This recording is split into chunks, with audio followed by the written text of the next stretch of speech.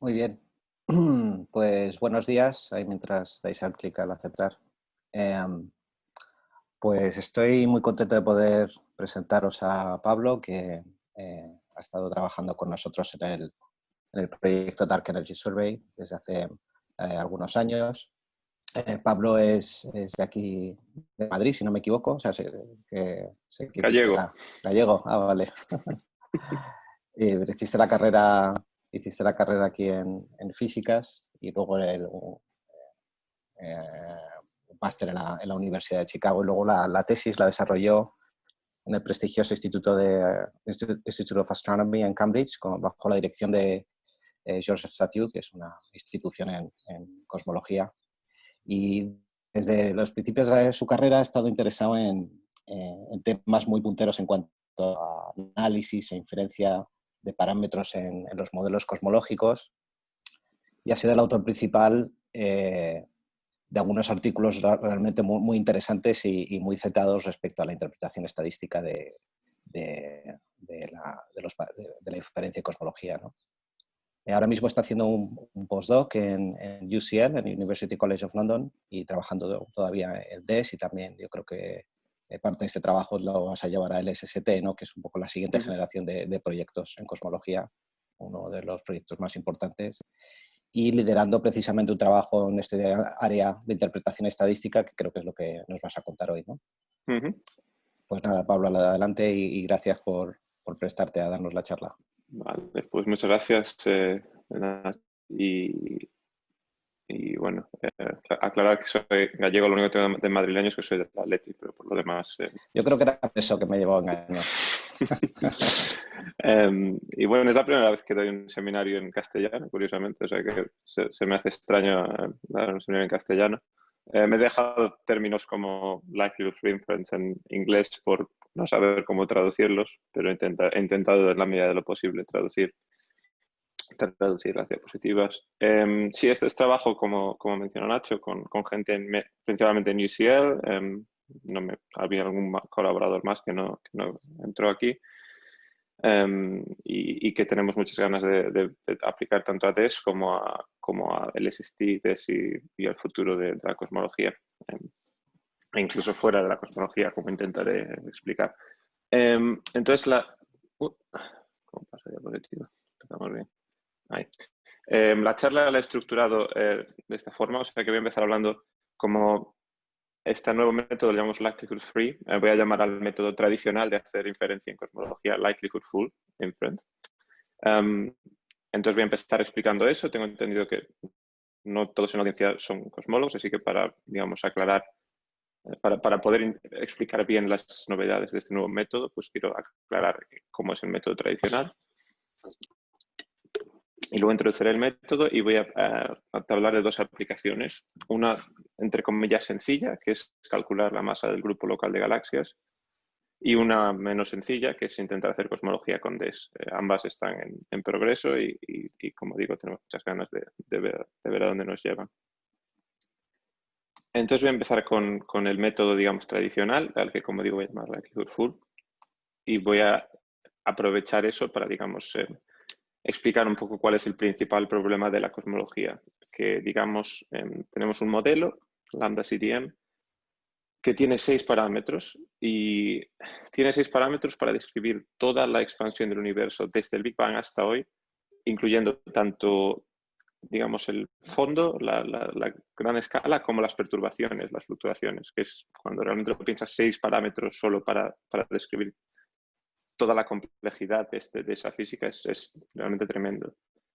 Sin embargo, por más que los cosmólogos lo intentamos, no encontramos evidencia de necesitar un séptimo o más parámetros. Parece que los 6 de momento funcionan perfectamente con todas las observaciones.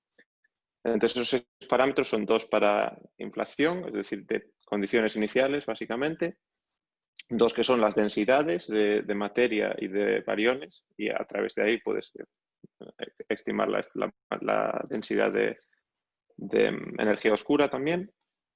Tenemos el ritmo de expansión y luego tenemos un parámetro para la reionización, que es un proceso que no voy a entrar ahora. Y entonces el problema principal de la cosmología, prácticamente todo lo que hacemos en cosmología se reduce a intentar calcular los valores de estos parámetros con distintas observaciones. Entonces, como ejemplo de cómo lo hacemos, voy a describir el único método que tenemos para medir los 6 parámetros simultáneamente, que es el fondo cósmico de microondas, o CMB, por la abreviación en inglés, en el que básicamente estamos midiendo esta fase. Tenemos inflación, en el que tenemos una expansión muy rápida que forma las semillas de lo que van a ser en el futuro las galaxias. Tenemos una fase de plasma en el que todo está básicamente acoplado y llega un momento en el que los protones y electrones empiezan a formar núcleos de hidrógeno y a partir de ese momento los fotones pueden viajar libremente. Por lo tanto, los fotones que viajaron desde ese momento hasta hoy, en su general, han viajado sin encontrarse con nada en su camino y podemos observarlos, por lo que podemos tomar una fotografía del universo hace 13 billones de años. Entonces eso tiene un tremendo valor informativo porque podemos aprender sobre lo que vino antes y sobre lo que viene después a través de esa imagen y por lo tanto nos permite medir esos 6 parámetros en una sola observación. Entonces esta es la mejor observación de esa imagen, de la recombinación, que fue tomada por Planck. Entonces esto fue trabajo que hicimos fue publicado en 2018, 2019 y voy a intentar describir cómo vamos desde este mapa que medimos de las anisotropías en temperatura del fondo del microondas a valores de los parámetros. Obviamente los cosmólogos que están aquí, pues esto les será muy familiar, pero espero que sirva para que todo el mundo, digamos, para refrescar lo que es el método tradicional de inferencia de parámetros en cosmología. Entonces, lo primero que hacemos es reducción de datos, ¿no? Un mapa son demasiados datos para poder hacer inferencia. Entonces, usamos el Pau Spectrum o función de correlación, en el que pasamos de un mapa a una función que mide las correlaciones a distintas distancias. Entonces, en la izquierda del mapa mide las correlaciones a larga distancia y según nos vamos a la derecha nos vamos midiendo en menores y menores distancias. Por lo tanto, aprendemos de físicas a gran escala y físicas a menores escalas, según nos movemos hacia la derecha del gráfico. Entonces, estas son las medidas de Planck. Y este gráfico y este mapa tienen la gran ventaja de tener toda esta estructura, todos estos picos. Si Planck midiera una línea recta en este mapa, solamente podríamos medir 2 parámetros, ¿no? Una amplitud y una inclinación. Pero el hecho de que medimos toda esta estructura, todos estos picos a distintos puntos, a distintas alturas, significa que podemos medir los 6 parámetros simultáneamente con Planck. Y hay física detrás de esta estructura que entendemos relativamente bien. Entonces, lo que necesitamos es ahora una función a la que le podamos dar unos valores de estos parámetros y que nos dé una predicción del aspecto que tiene que tener esta curva. Eso nos lo dan las ecuaciones de Boltzmann, que básicamente miden cómo interaccionan los distintos componentes del universo. Es una serie de ecuaciones, todo el mundo conocerá las ecuaciones de Boltzmann en general. En cosmología son ecuaciones bastante complejas, hay que resolverlas con métodos numéricos. Por suerte tenemos gente muy brillante ha publicado códigos para hacer estos cálculos de manera muy sencilla a día de hoy, un par de líneas en Python, o sea que es relativamente fácil desde el punto de vista práctico. Y entonces, una vez tenemos estas ecuaciones, lo que hacemos es le damos parámetros a las ecuaciones, las ponemos a través de las ecuaciones y obtenemos una predicción de la función de correlación. Entonces, aquí, por ejemplo, estoy mostrando esos valores de la función de correlación para distintos modelos, para distintos valores de los parámetros. Entonces, en uno de ellos he quitado la materia oscura y veis cómo se aleja mucho de los datos. En este he quitado la energía oscura y también nos alejamos mucho. Y en este he puesto los valores que mide Planck, salvo que he cambiado la expansión, el ritmo de expansión y lo he puesto en un valor que los cosmólogos reconocerán como el valor que mide Adam Riess y su equipo, que no coincide con el valor de Planck. Entonces, lo que queremos sacar a través de Planck es básicamente cuáles son los valores que se ajustan a esta curva. Y más precisamente queremos algo como esto, ¿no? Un gráfico que nos dice para cada valor de cada parámetro cómo de probable es es ese valor. Entonces, cuanto más cerca de conocer estos gráficos, cuanto más cerca del centro estemos, más probable es el valor. Entonces, ¿cómo vamos de toda esta maquinaria a este gráfico? Pues utilizamos el teorema de Bayes, en el que utilizamos una muy sencilla igualdad de probabilidad y nos centramos en esto para resolver. Entonces tenemos lo que llamamos la likelihood aquí, que es la probabilidad de los datos dados los parámetros. Y entonces básicamente es, si te doy un valor de los parámetros y tengo las observaciones, cómo de lejos están esos dos valores. Entonces, por ejemplo, esto tendría una likelihood muy baja, mientras que esto tendría una likelihood bastante alta. Tenemos el prior, que es lo que sabemos o la información que tenemos de los parámetros antes de la observación, y tenemos lo que queremos calcular, que le llamamos posterior. Luego tenemos una normalización que para lo que voy a hablar hoy no es importante. Tienes otro, pero no lo vamos a discutir hoy. Entonces, esta es digamos, la forma tradicional de hacerlo en cosmología, ¿no? Entonces, resumiendo, tienes el prior, que es los valores que tienes antes de hacer el experimento, generas muestras a través del prior, de esas muestras tienes valores de los parámetros, lo pones a través de las ecuaciones de Boltzmann, la teoría en general, consigues observables, en nuestro caso la función de correlación, creas una likelihood comprobando, digamos, tomando la diferencia entre los observables y la observación, y una vez tienes la likelihood, utilizas algún método de sampling para calcular el posterior. Entonces, esto es la cosmología tradicional, es lo que hacemos en TESS también, lo que siempre se ha hecho en cosmología hasta ahora. Lo que voy a hablar es de un método de hacer toda esta maquinaria de una forma completamente diferente, que es lo que llamamos likelihood free inference. Entonces, volvemos a este gráfico y voy a comparar likelihood full con likelihood free. Entonces, empezamos igual, prior, parámetros. Ahora, una vez tenemos los parámetros, lo que vamos a hacer es generar simulaciones. En lugar de poner la teoría, vamos a generar simulaciones, por ejemplo, del CMB o de lo que queramos medir. Entonces, una vez tenemos simulaciones, tenemos valores de los parámetros y valores de los observables. Entonces, hacemos lo que se llama density estimation y obtenemos una función que son la que llamamos likelihood, que es la probabilidad de cualquier observación dados los parámetros, no solamente la que hemos observado, sino cualquier observación, ya que las hemos simulado. Y luego evaluamos esa función en los datos que hemos observado de verdad. Entonces nos saltamos todo este proceso en el que tenemos que utilizar complejas funciones para calcular las ecuaciones de Boltzmann. Tenemos que poner una Gaussian likelihood, que es una aproximación que sabemos que no siempre es la mejor. Nos saltamos todo eso generando simulaciones. Entonces, ¿por qué ahora? ¿Por qué no se ha hecho esto antes? ¿Por qué es ahora el momento de hacerlo? El primer motivo es las simulaciones. Hasta ahora no se podían hacer simulaciones de física particularmente compleja, ¿no? La principal limitación era computacional. Eso ya no es un problema.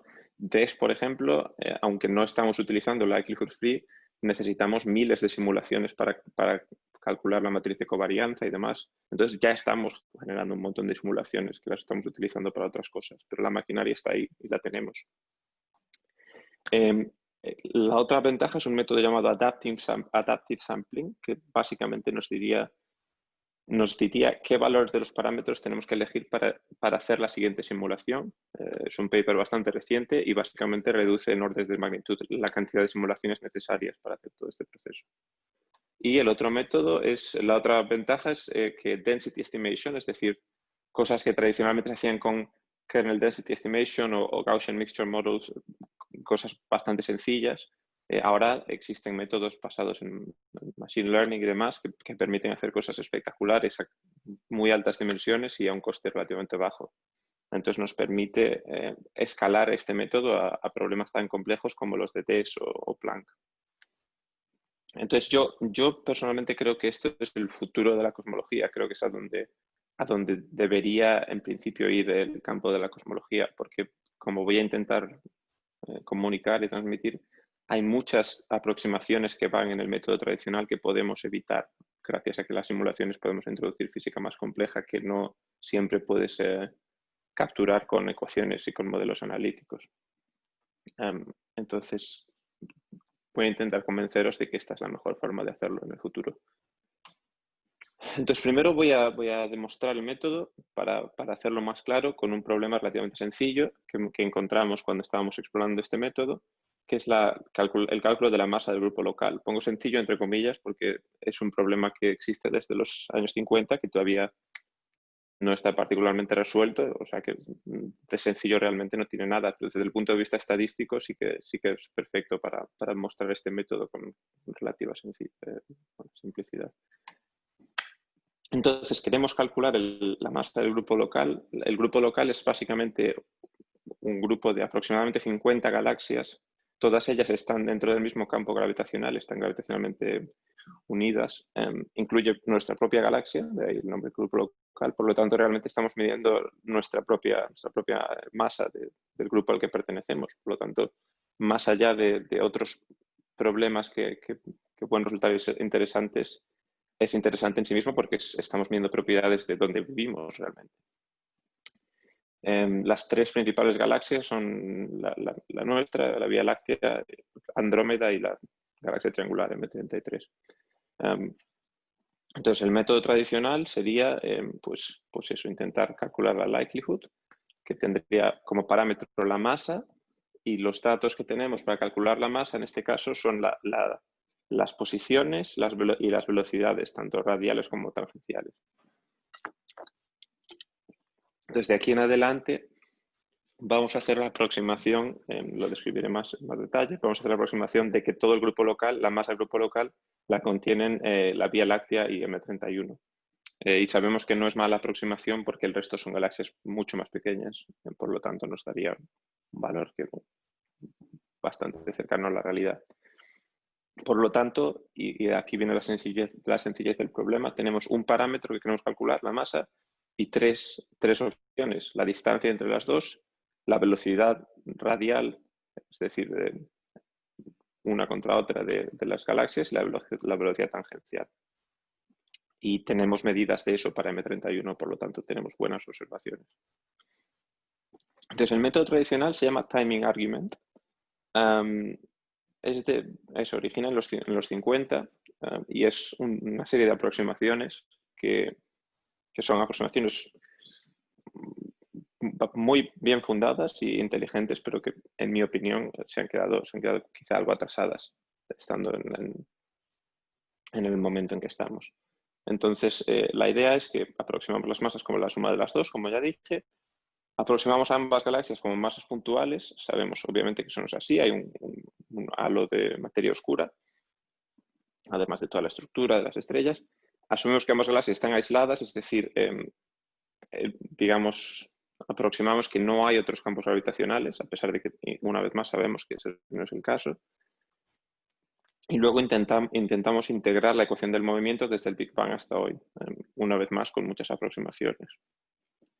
Entonces, es un método que, una vez más, en los 50-60, teniendo en cuenta que la cosmología realmente no existía como campo prácticamente en esta época, pues que para ese momento es muy buena, pero creo que se ha quedado atrás y sigue siendo la forma de hacerlo en la literatura a día de hoy. Sigue habiendo papers que utilizan el timing argument. Entonces es un problema en el que sustituir esto por simulaciones en principio es perfecto, ya que podemos simular física muy compleja. Entonces, utilizamos la llamada Small Multitarg Planck Simulation,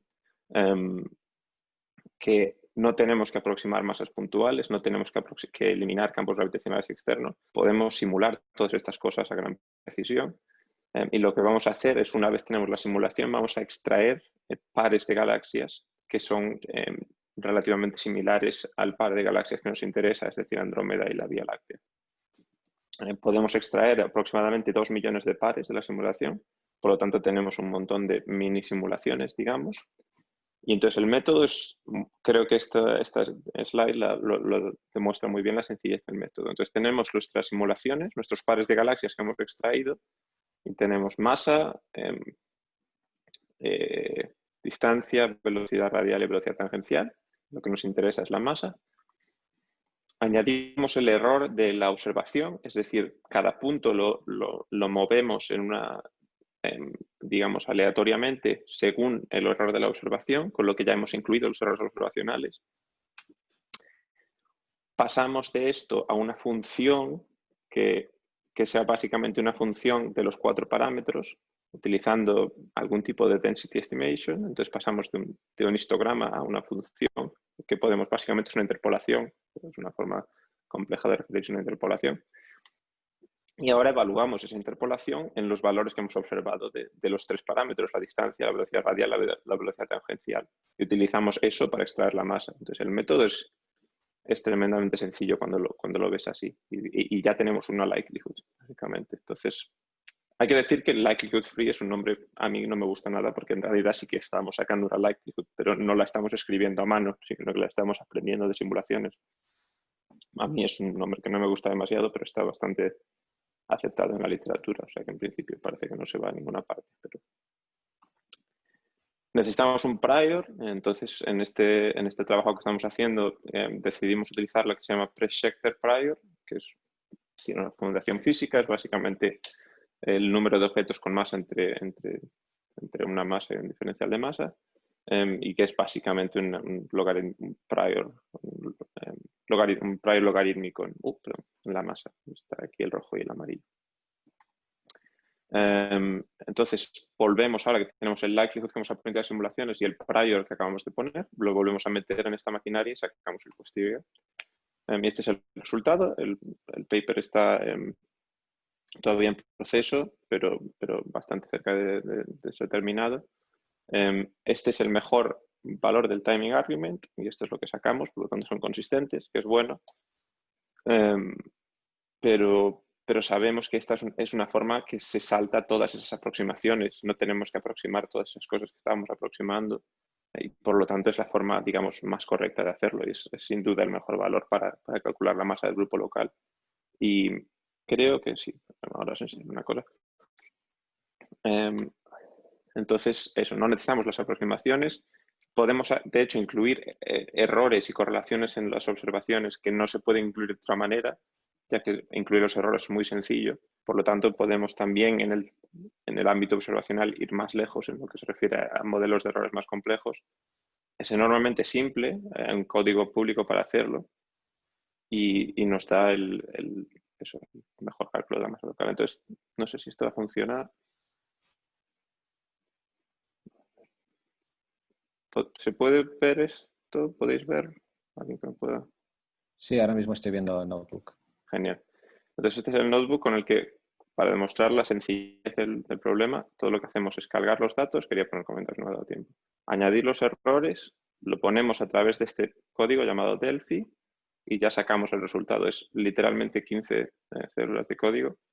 Es increíblemente sencillo, increíblemente rápido, lo hace en un par de horas en un portátil y eso, pues funciona muy bien y creo que, insisto, creo que es la mejor forma de hacer cosmología.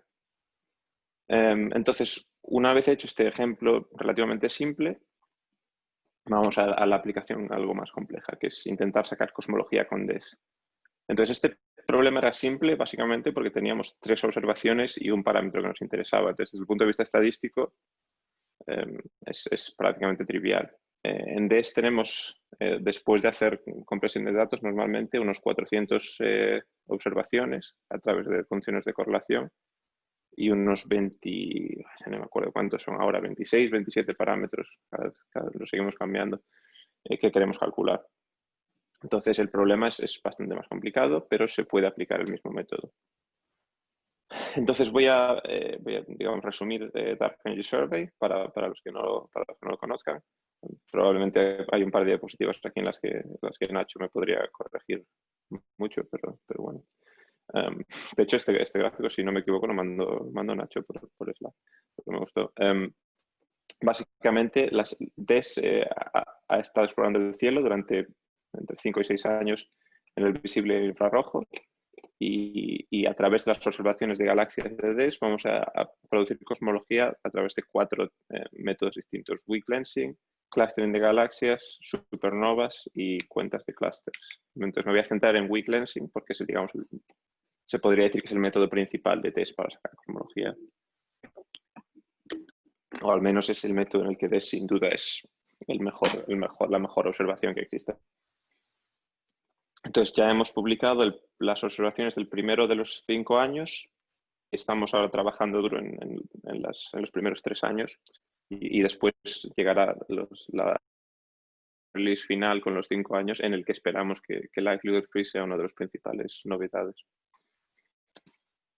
Entonces, la idea digamos, la parte física de cómo sacar cosmología a través de observaciones de galaxias con DES es que tenemos imágenes de galaxias. Imaginen una galaxia muy lejana.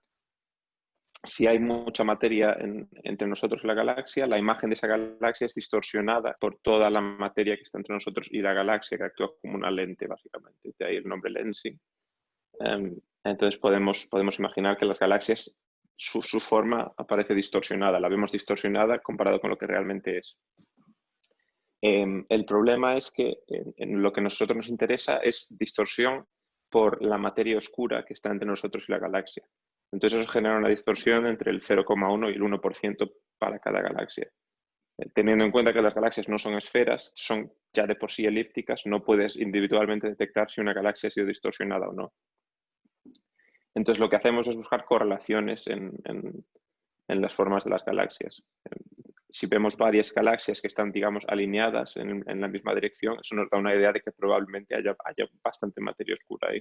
Entonces, de esa forma podemos aprender información sobre la distribución de materia oscura en el universo a través de estas correlaciones. Entonces, aquí hay un gráfico, por ejemplo, para ilustrarlo.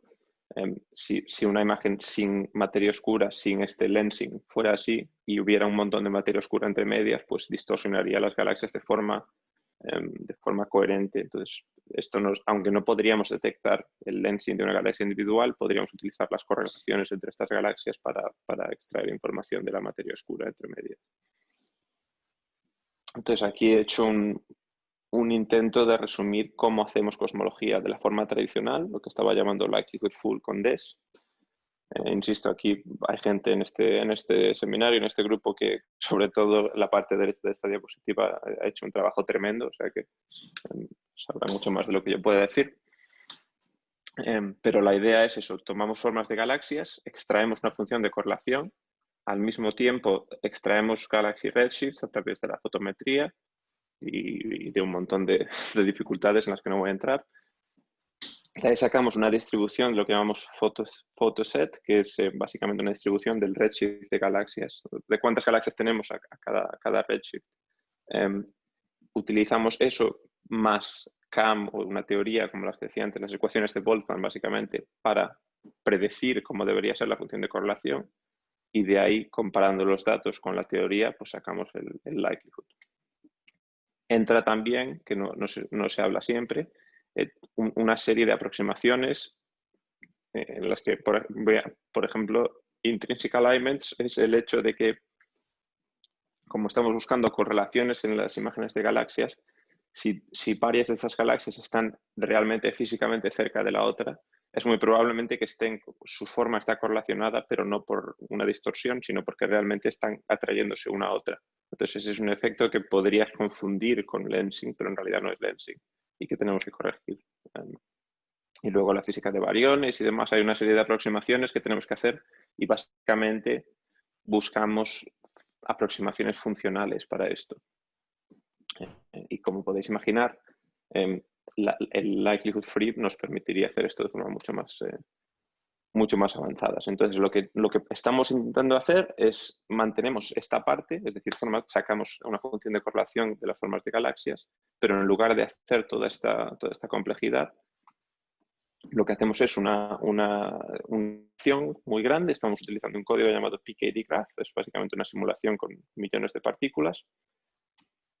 Extraemos lo que llamamos un summary statistic, en este caso una función de correlación, pero como voy a comentar ahora, podemos utilizar otro tipo de summary statistics, otro tipo de, no sé cómo llamarlo, de reducción de datos, básicamente.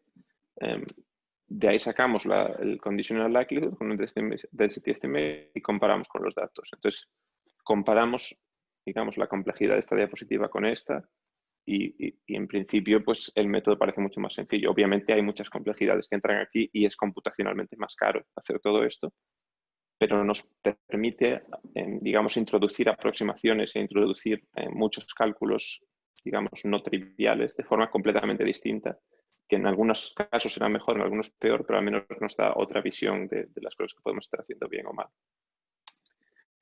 Entonces, las ventajas son, podemos considerar señales no gaussianas, sabemos que nuestros errores en DES no son gaussianos, pero tenemos que aproximar que lo son, porque es, digamos, una propiedad de cómo hacemos nuestros cálculos. Si utilizáramos LFI no tendríamos que hacer eso.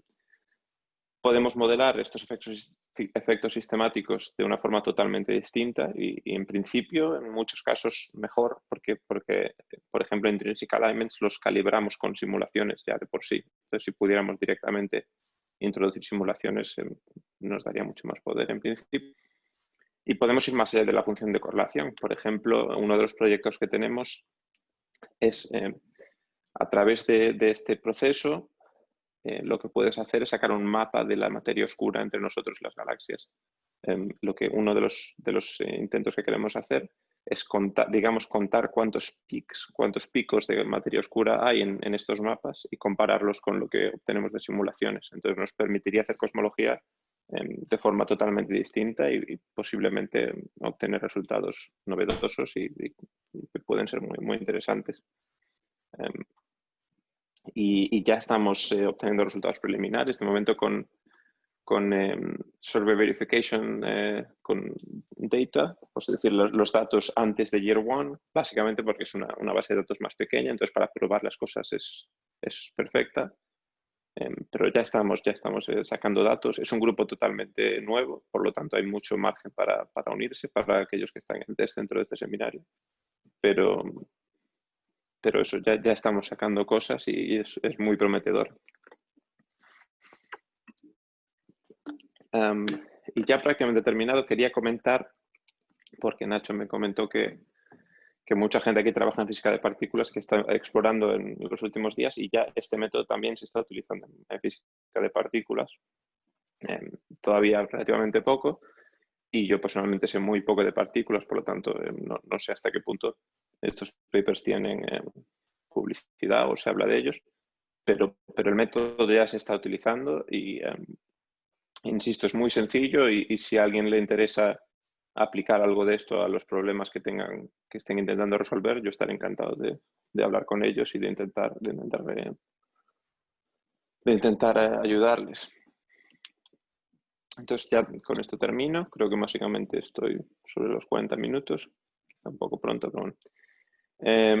Entonces tenemos una nueva forma de obtener lo que llamamos posteriors, de básicamente medir o hacer inferencia de los parámetros, que es completamente nueva y que abre un completo abanico de posibilidades. El hecho de que sea nuevo, y cuando digo nuevo es que no se había utilizado hasta hace un par de años, está todo por explorar. Entonces hay un montón de cosas que hacer, un montón de cosas que no se conocen y obviamente eso tiene sus desventajas, pero tiene la gran ventaja de que pues sobre todo para aquellos que todavía estamos aplicando a postdocs y demás, hay papers que se tienen que escribir y hay un montón de cosas que descubrir. Por lo tanto, es muy interesante y si le interesa hablar después de esto, estaré encantado de comentarles y de poder intentar pensar en nuevas formas de aplicar esto.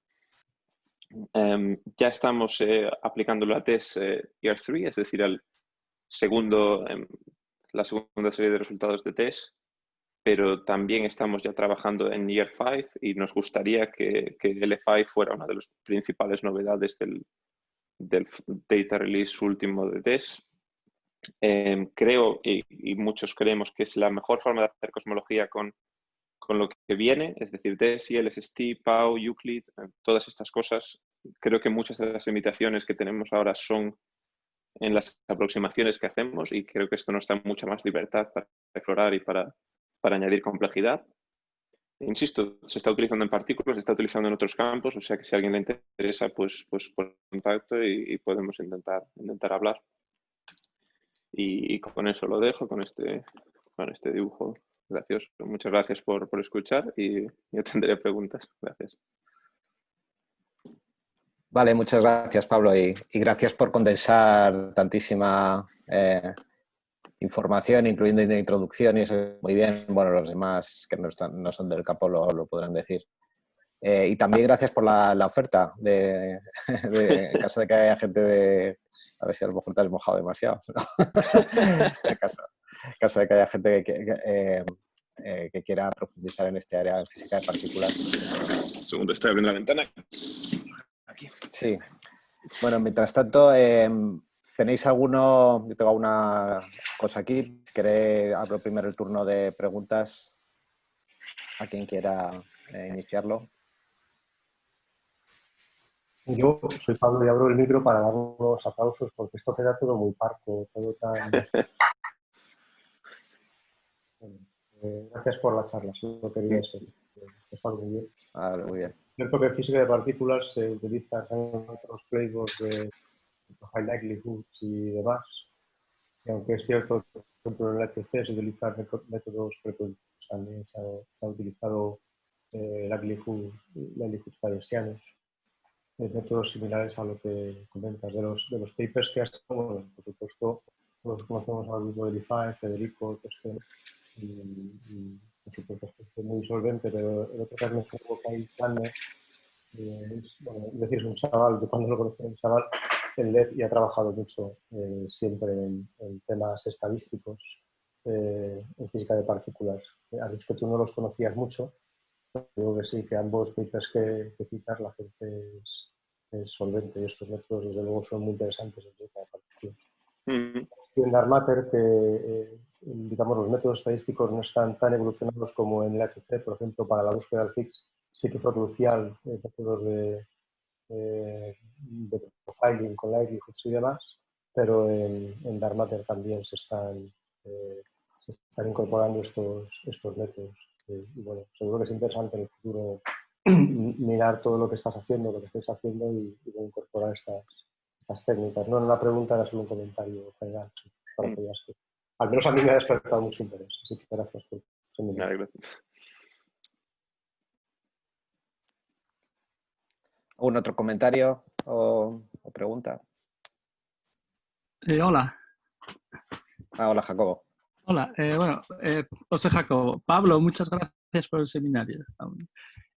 No tenía una pregunta porque con estas nuevas técnicas tipo la Liquid Free Inference o por ejemplo las de Fast Forwarding con Machine Learning y esto, noto una cierta... En el sector teórico como que son más reacios a aceptar los resultados, digamos, a entender cuando hay un resultado, por ejemplo, yo qué sé, si fuera H0 o algo. Entonces, ¿cuál es la manera de demostrar, digamos, la robustez del resultado y que no la simulación, por ejemplo, introduce a lo mejor comparado con los métodos tradicionales donde las aproximaciones sí que son más, digamos? Sí, bueno, gracias por la pregunta y por los comentarios. Es algo que sí que estamos, digamos, pensando mucho. Creo que a día de hoy, como dije, es muy nuevo y todavía no se está utilizando mucho. Entonces, creo que la comunidad que lo estamos utilizando, que al final no somos demasiado, creo que todos nos hemos propuesto que queremos, digamos, generar un buen hábito de no caer en lo que creo que mucha gente cae en Machine Learning, que es la black box, ¿no? Que es le doy algo y me da algo y no sé muy bien lo que ha pasado, pero entonces queremos desarrollar hábitos de eso, asegurarse de que todo funciona bien, que es un hábito que en cosmología, de hecho, no todo muy bien. Me he encontrado con gente que utiliza cosas como Multinest y todos estos códigos muy complejos como también un black box y no se paran a entender muy bien cómo funciona. Entonces, sobre todo en estas primeras fases, lo que queremos hacer es tener ambos, no descartar el método tradicional, sino que tener ambos en paralelo e intentar, si salen diferentes, intentar entender cuál de los dos está dando un problema, si la simulación está mal, si la próxima y básicamente desarrollar métodos tipo, pues no sé, comprobar con toy models y demás que las cosas funcionan, comprobar con datos falsos que obtenemos el resultado esperado. Y básicamente desarrollar muchos tests de que todo funciona antes de aplicarlo a problemas reales. E intentar eso, crear buenos hábitos para que se haga eso en el futuro. Que sobre todo yo cuando veo cosas en Machine Learning que no son en física, pues no siempre veo. Creo que muchas veces hay ese efecto de poner todo dentro de la maquinaria y a ver qué sale sin pararse muy bien a pensar en cómo funciona. Entonces, todavía estamos desarrollando esto, estamos pensando en en formas de asegurarse de que todo va bien, pero sí que es algo que pensamos mucho. Muchas gracias.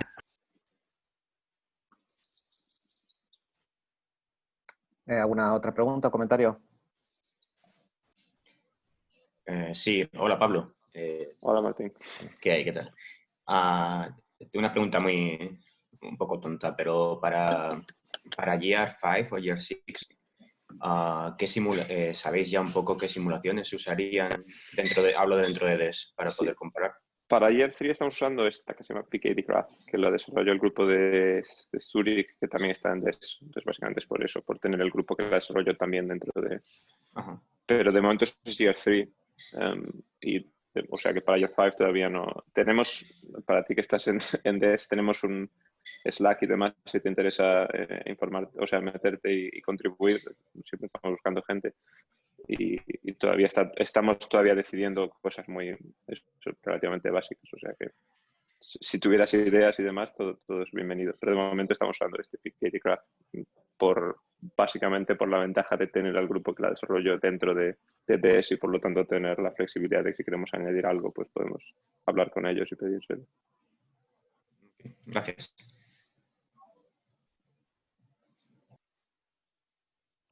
¿Más preguntas?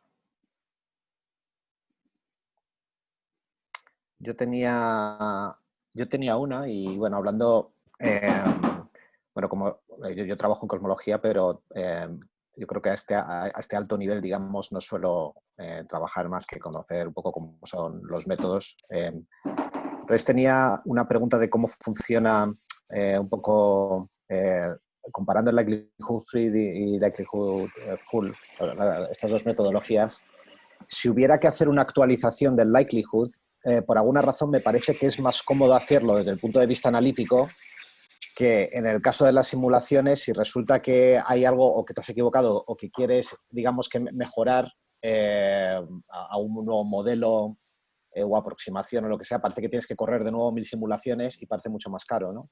No sé, un comentario al respecto.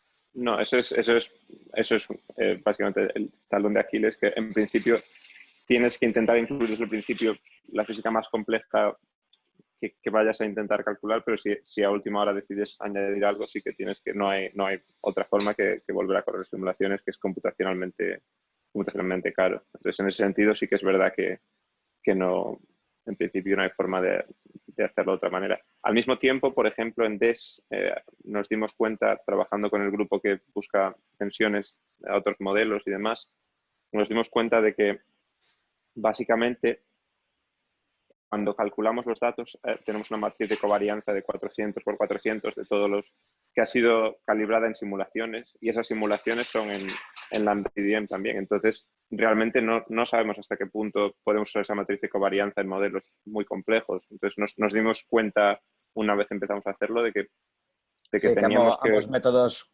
tienen al final el mismo... Cuando metes, sí. Entonces, probablemente el likelihood en ese sentido de querer meter física nueva que no has incluido hasta ahora siga siendo mejor, pero ambos, digamos, son incompletos en ese sentido. O sea, claro, porque yo estaba pensando realmente en simulación de fenómenos físicos como, por ejemplo, cosas de física bariónica, o sea, que ocurra a pequeñas escalas a nivel de galaxias y demás.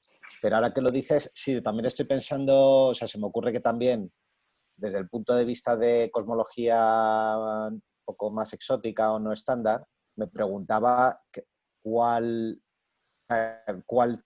este método o el analítico da, cuál de las dos metodologías es más ventajosa, ¿no? O sea, ahora mismo no lo sé, porque como no sé cómo se implementaría. O sea, por ejemplo, esta especie de maquinaria que ya hay construida de CAM, que es el que te corre todas las ecuaciones de Boltzmann y demás, te genera los likelihoods, eso es fácil de modificar para cosmologías no estándar.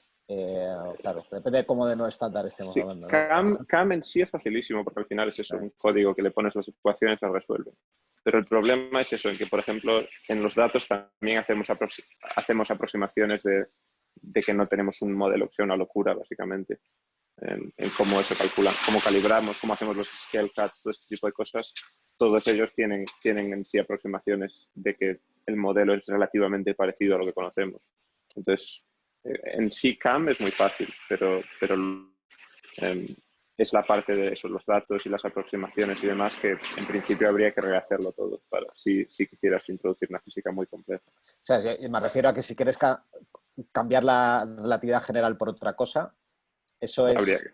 En principio, por la covarianza la hemos calibrado con simulaciones también, que claro. son en lambda. Sí, el ejemplo que te pondría es con curvatura, por ejemplo. En cuanto intentamos probar curvatura en DES, la gente que había hecho covarianzas nos dijeron la covarianza que tenemos no funciona con curvatura. Claro. Y luego está Limber, no funciona con curvatura, por ejemplo, entonces habría que rehacer. Entonces, al final es un problema sí, te para encuentras en el mismo... Vale. Vale, pues no sé si hay alguna otra pregunta o comentario. Sí, bueno, yo soy Juan de Vicente y tengo alguna preguntilla. ¿Tenéis pensado probar este modelo en otras cosmologías distintas a Random Cold-Down Matter? En principio sí, sobre todo las que sean relativamente fáciles de simular, sí que es eso. Yo creo que es mejor, insisto una vez, si podemos realizar las simulaciones, creo que es más preciso que utilizar el método tradicional, por lo tanto creo que nos va a dar más valor o sea que obviamente más a largo plazo, primero lo haremos con la cosmología estándar, pero a largo plazo sin dudas. Sí, el trabajo computacional pues es mucho mayor, ¿no? Supongo. En principio sí, pero bueno, eso yo siempre que voy a DES alguien hace la broma de a saber cuánto dióxido de carbono hemos emitido para todos los cálculos que hacemos en DES. O sea, en DES por lo menos estamos quemando horas de NERSC, del superordenador americano, como si no hubiera mañana. Entonces yo creo que sí, en principio no es tampoco muchísimo más caro que lo que ya estamos haciendo. O sea que yo creo que tiene mucho valor en principio. Muy bien, gracias.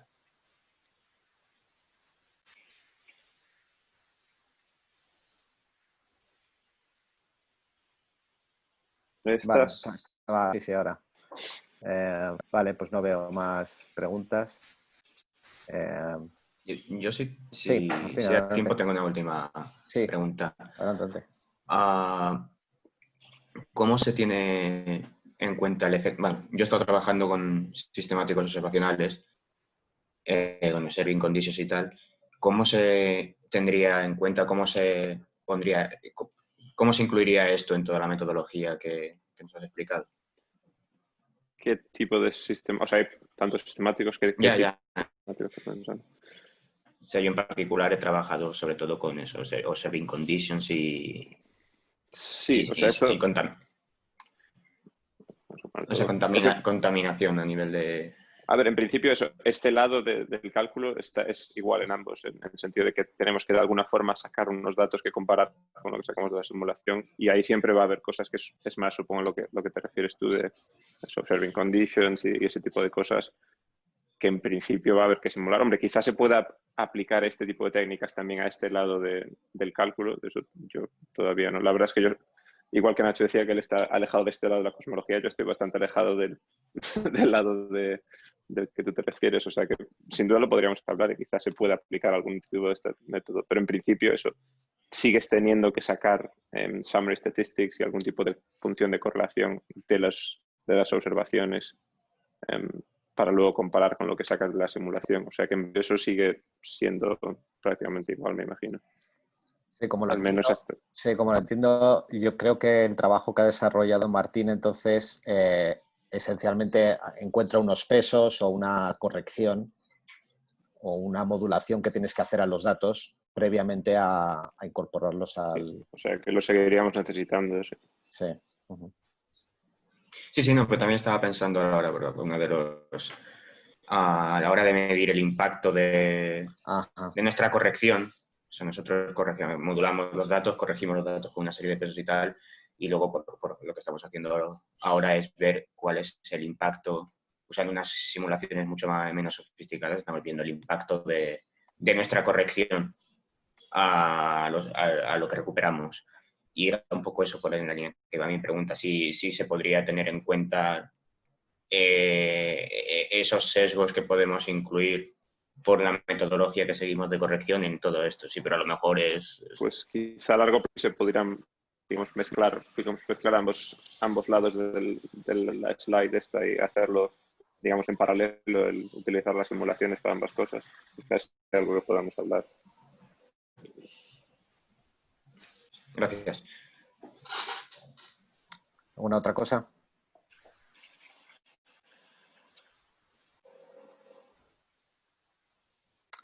Muy bien, pues nada, muchas gracias a todos, especialmente a Pablo por haberte prestado Encantado, gracias a vosotros que ha estado estupenda.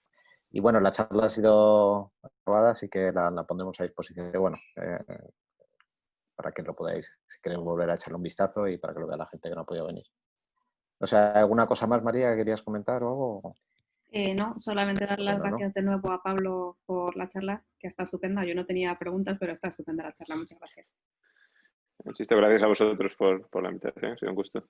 A ver si algún día podemos hacer otra en persona, en alguna visita en Madrid también. Muy bien, pues nada, pues nos vemos en un par de semanas seguramente, ya anunciaremos el seminario. Bueno, muchas gracias a todos por conectaros. Hasta luego. Hasta luego. Te pediré la charla, Pablo, para... Sí, perfecto.